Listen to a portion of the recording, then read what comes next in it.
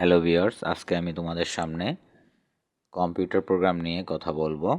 যারা একেবারেই কম্পিউটার সম্পর্কে অজানা, যারা অফিস প্রোগ্রাম পারো না বা অফিস প্রোগ্রাম শিখতে চাও, তাদের জন্য আজকের আমার এই ভিডিও।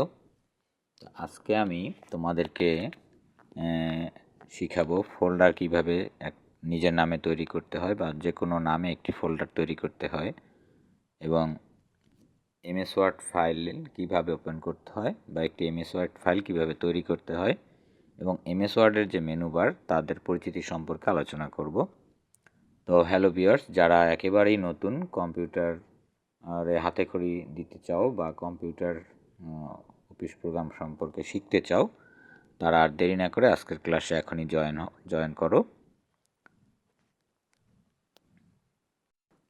আমাদের আজকের computer program and freelancing problem solving YouTube চ্যানেলে তোমাদেরকে স্বাগতম। আমি শুরু করছি আজকের ক্লাস। যারা আমার এই ইউটিউব চ্যানেলে নতুন, তাদেরকে বলবো লাইক ও কমেন্টস করে আমাদের নেক্সট ক্লাসের জন্য পাশে থাকতে। প্রথমেই ডেস্কটপের খালি জায়গায় মাউস পয়েন্টার রেখে রাইট বাটনে ক্লিক করবে। রাইট বাটনে ক্লিক করলে আমরা একটি মেনু দেখব, মেনু বক্স, সেখানে নিউতে ক্লিক, এরপরে ফোল্ডারে ক্লিক। ফোল্ডারে ক্লিক করার পর এখানে একটি ফোল্ডার আইকন দেখতে পাবে এবং নিচে এই যে লেখা নিউ ফোল্ডার, এখানে ক্লিক করে তোমার যেই নামে তোমার ফোল্ডারটি তৈরি করার ইচ্ছা সেই নামটি লিখবে। আমি এখানে MS অফিস নামে একটি ফোল্ডার তৈরি করলাম বা লিখলাম MS অফিস। এবারে ফোল্ডারের উপরে রাইট বাটনে ক্লিক করলে আরেকটি মেনু বার দেখতে পাবে, এখানে ওপেন। এই ওপেনের উপরে ক্লিক করলে ফোল্ডারটি ওপেন হবে বা ফোল্ডারটি খুলে যাবে। তো আমি এখানে ওপেনে ক্লিক করলাম। এখন এই যে সাদা অংশে আবার আমরা রাইট বাটনে ক্লিক করলাম, নিউতে ক্লিক করলাম। এখন আর ফোল্ডারে আমরা ক্লিক করব না, আমরা মাইক্রোসফট ওয়ার্ড ডকুমেন্টে ক্লিক করব। করলে এখানে আমরা দেখতে পাচ্ছি মাইক্রোসফট ওয়ার্ডের একটি ফাইল আসছে আমাদের। তো এই ফাইলটিকে আমাদের যে নামে আমি কাজ করব, কেউ সিভি করতে চায়, কেউ দরখাস্ত লিখে বা কোনো একটি ব্যাপারে লিখতে হলে সেই নাম দিয়ে এই মাইক্রোসফট ফাইলটিকে সেভ করব। তো আমরা এখানে সিভি নামে সেভ করলাম। এটাকে আবার রাইট বাটনে ক্লিক করলাম, ওপেনে ক্লিক করলাম। এরপরে আমরা একটু ওয়েট করব, আমাদের মাইক্রোসফট ওয়ার্ড ফাইলটি ওপেন হলো।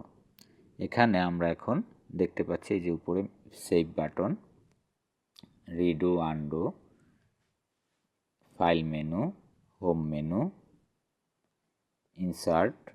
হোম মেনুর আন্ডারে এখানে আমরা অনেকগুলো সাব মেনু দেখতে পাচ্ছি, যেমন ইনসার্ট মেনু। ইনসার্ট মেনুর আন্ডারে দেখো টেবিল, পিকচার, আরও অনেকগুলো অপশন রয়েছে, ডেট অ্যান্ড টাইম ইত্যাদি।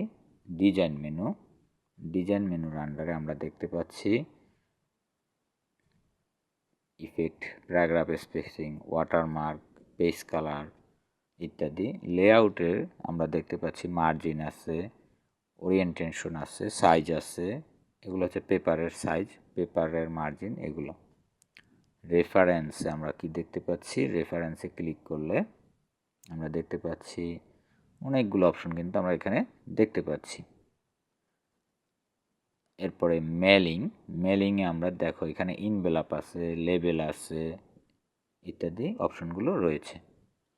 রিভিউতে ক্লিক করলাম, রিভিউ অপশনে আমরা কি দেখতে পাচ্ছি আরও অনেকগুলো, যেমন ট্র্যাক, ভিউতে রয়েছে, রিড মুড, জুম। আমরা এগুলো সম্পর্কে পরে আলোচনা করব একটা একটা করে। আজকে জাস্ট তোমাদেরকে মেনু বারগুলো দেখাচ্ছি।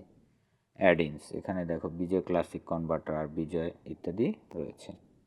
পর্যন্তই আমরা আজকে দেখলাম যে কিভাবে একটা ফোল্ডার ক্রিয়েট করা যায় এবং কিভাবে মাইক্রোসফট ওয়ার্ড ফাইল তৈরি করা যায় বা ওপেন করা যায়। আমরা নেক্সট ক্লাসে পরবর্তী বিস্তারিত আলোচনা করব। তো হ্যালো বন্ধুরা, যারা আমার ইউটিউব চ্যানেলটিকে এখনও সাবস্ক্রাইব করোনি, তোমরা সাবস্ক্রাইব করে কমেন্টে ভালো মন্দ লিখবে। আশা করি পরবর্তী ক্লাসের জন্য ওয়েট করবে। আল্লাহ হাফেজ।